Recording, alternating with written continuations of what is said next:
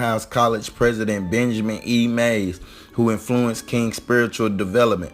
Mays was an outspoken advocate for racial equality and encouraged King to view Christianity as a potential force for social change. That's a key factor.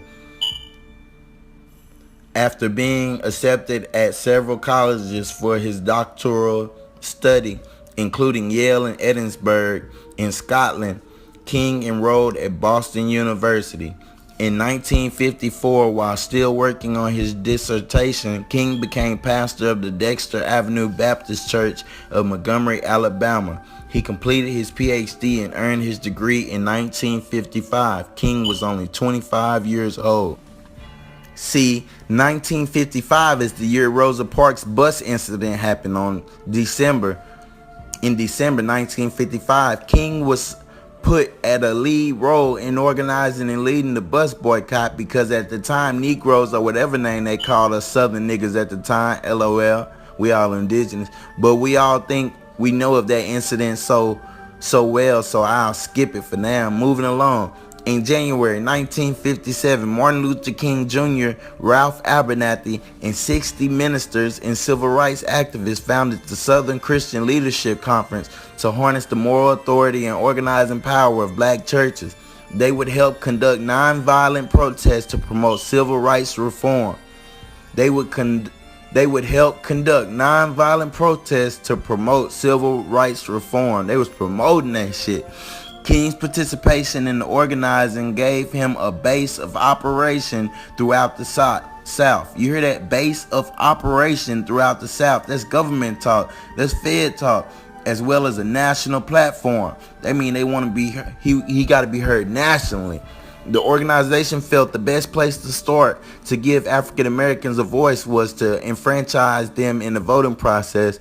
In February 1958, the SCLC sponsored more than 20 mass meetings in key southern cities to register black voters in the South.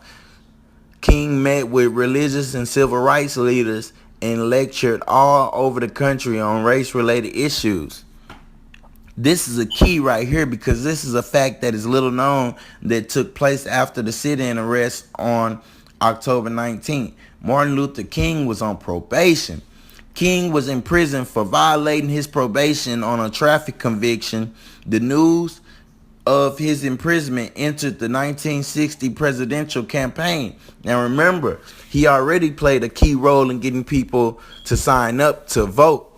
Now look at this. The news of his imprisonment entered the 1960 presidential campaign when candidate John F. Kennedy made a phone call to Coretta Scott King.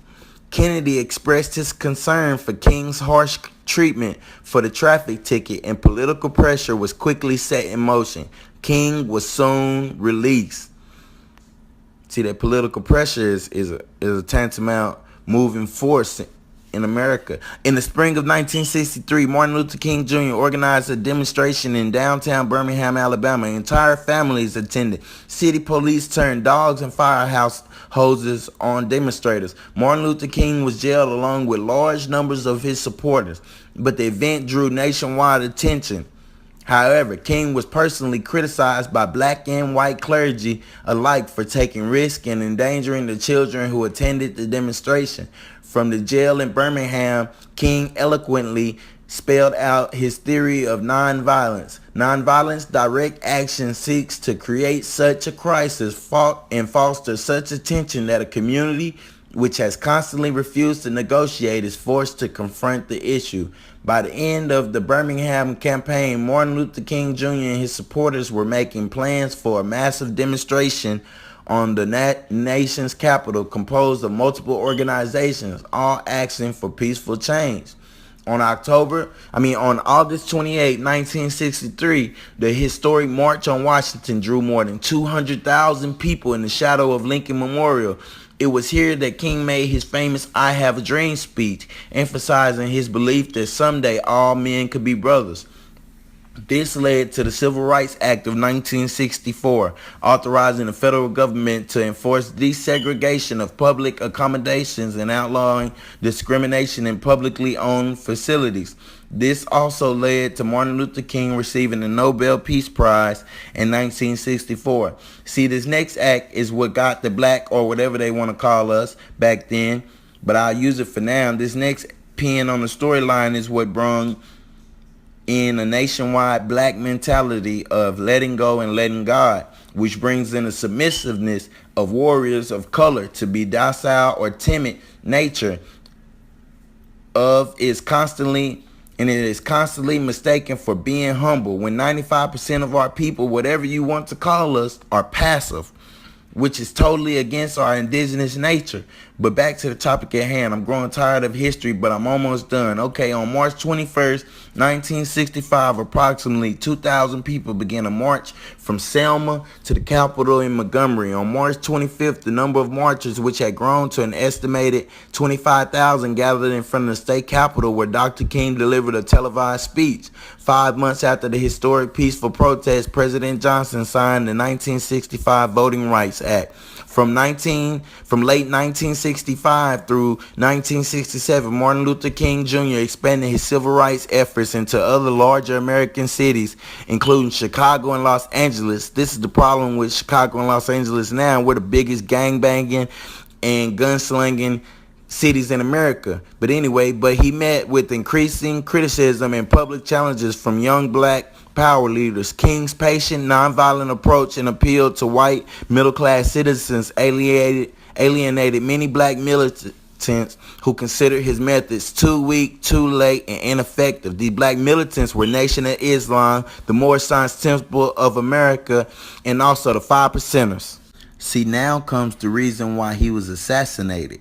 King began making a link between discrimination and poverty, and he began to speak out against the Vietnam War. See, that's a big no-no. Never speak out against the white man's war, the European war, never. He felt that America's involvement in Vietnam was politically untenable, and the government's conduct in the war discriminatory to the poor.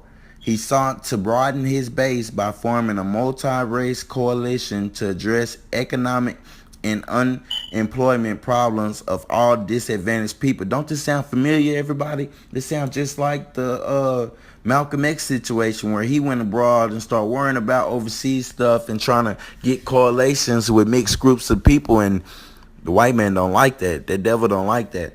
By 1968, the years of demonstrations and confrontations were beginning to wear on Martin Luther King Jr. He had grown tired of marches, going to jail, and living under the constant threat of death. He was becoming discouraged at the slow progress of civil rights in America and the increasing criticism from other African American leaders. Plans were in the works for another march on Washington to revive his movement and bring attention to a widening range of issues. In the spring of 1968, a labor strike by Memphis sanitation workers drew King to one last crusade. On April 3rd, he gave his final and what proved to be an eerily prophetic speech, "I've been to the mountaintop," in which he told supporters at the Mason Temple in Memphis. See, what is he doing at a Masonic temple in Memphis? He was a Mason, everybody. For people that didn't know, he was a Prince Hall Mason. "I've seen the promised land. I may not get there with you, but I want you to know tonight that we as a people will get to the promised land."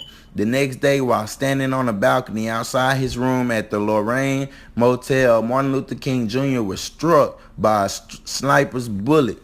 In the 1970s, FBI files released under the Freedom of Information Act revealed that he was under government surveillance and suggested his involvement in adulterous relationships and communist influences. See, that's the little game. I got another video where I talk about wiretapping, and I stated in there that they were watching this man and listening to his phone calls from 1963 all the way to 1966. I firmly believe from whenever the man was born to when the man died or disappeared, whether he's dead or not. See, this is just part of the imagery that was Martin Luther King Jr. He was a Christian, but more than that, he was Christ-like in the form of yet another federal government-made image.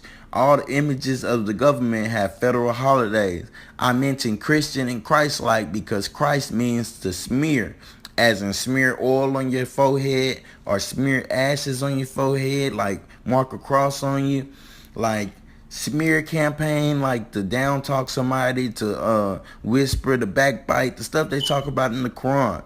Or X as in Xmas or unknown mass. Christmas is the real black mass, by the way, but that's another thing for another day. But this is December, so I must let you know that Christmas is a black mass, and everybody participating in it is participating in black magic.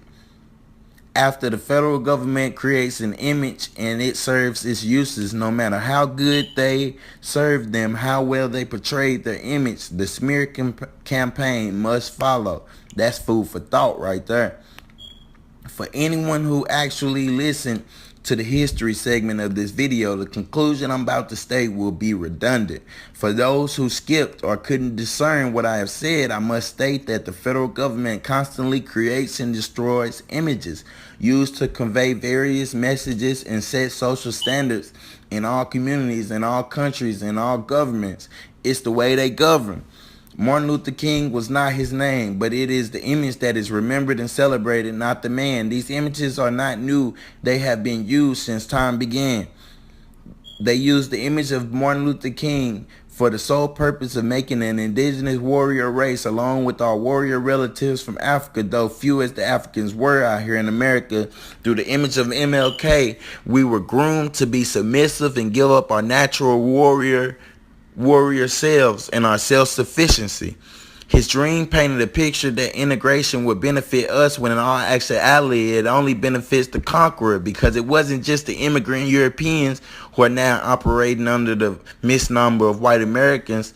It wasn't only them that wanted to be segregated. We wanted separation. It was us, the indigenous natives, who wanted and needed segregation to survive and continue. See, through the image of Dr. King, the indigenous were cheated out of America.